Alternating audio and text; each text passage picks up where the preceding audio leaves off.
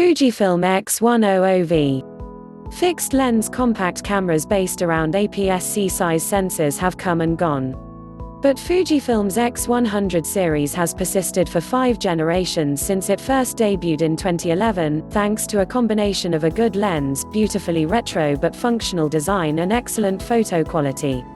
With the X100V, it gets some pretty significant and welcome updates inside and out, including a tilting LCD, a lockable ISO dial, better weather sealing, an improved viewfinder, a new version of the 23mm f2 lens and the 4K video and image pipeline, X-Trans CMOS 4 sensor, X-Processor 4 and more, of the X Pro 3.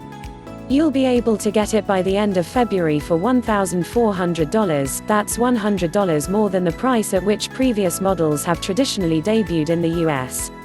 Likely £1,350 and $1,900 based on past pricing. While it's weather sealed throughout the body, in order to complete the sealing on the lens you have to add the RX100 adapter ring and the PRF49 protection filter, which will add a little less than $100 to the price of the system.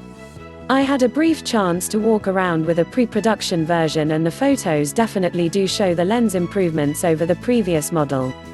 Quality differences between the new, slightly higher resolution 26-megapixel sensor and the X100Fs were a bit more subtle, as was the autofocus improvement, since I didn't have equivalent shots to judge.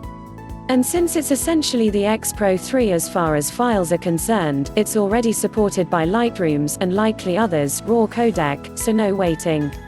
The tilting LCD makes the camera much more flexible to use, plus the switch to OLED for the EVF lends it extra contrast. I've never been a big fan of the optical aspect of Fujifilm's hybrid viewfinder, but the reverse Galilean, straight through rather than through the lens view can be an acquired taste, or a habit that needs to be unacquired.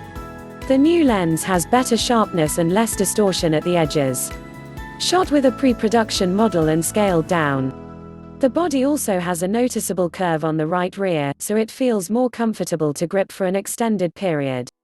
Fujifilm switched from magnesium alloy to coated aluminum for the top and bottom plates, giving them a slightly grippier feel as well. Another useful touch is the lockable, lift to turn, lower to lock, ISO dial.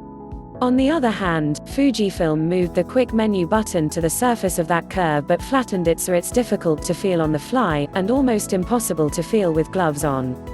And, as usual for Fujifilm, the metering, photometry, setting is buried in the menus, which is a pain for those of us who use it, though you can add it to the custom menus for faster access. Other notable upgrades include the ability to record 4K, 30p video, both DCI and UHD, at 8 bits internally or 2 to 210-bit via HDMI, plus a switch to a USB-C connection.